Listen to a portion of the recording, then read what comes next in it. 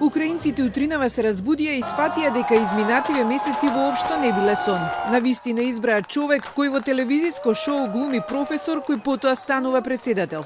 41-годишниот актер Володомир Зеленски на вчерашните председателски избори му нанесе убедлив пораз на актуелниот Петро Порошенко, освојувајќи неверојатни 73% од гласовите.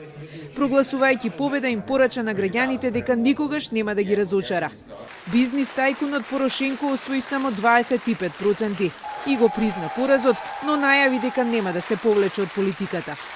Наступного місяця я залишу пост глави держави. Я піду з офісу, але хочу твердо наголосити, я не йду з політики.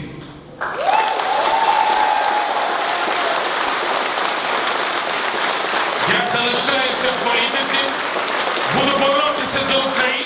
На другата страна, по објавувањето на резултатите, почна прославата. Зеленски им се заблагодари на сите, а на шега и се заблагодари и на украинската безбедносна служба што го држала во форма. Но сега притисокот се зголемува врз Зеленски. Тој допрва треба да демонстрира што ќе прави. Низ кампањата ги одбиваше сериозните интервјуа и дискусии за политиката, а преферираше да става весели видеа на социјалните мрежи. Начело на државата доаѓа во тешки моменти на нерешени односи на Западот со Русија, откако Москва го анексираше Крим и ги поддржа проруските сили на истокот од Украина. Зеленски најави дека ќе ја заврши војната, но не е познато како планира тоа да го стори.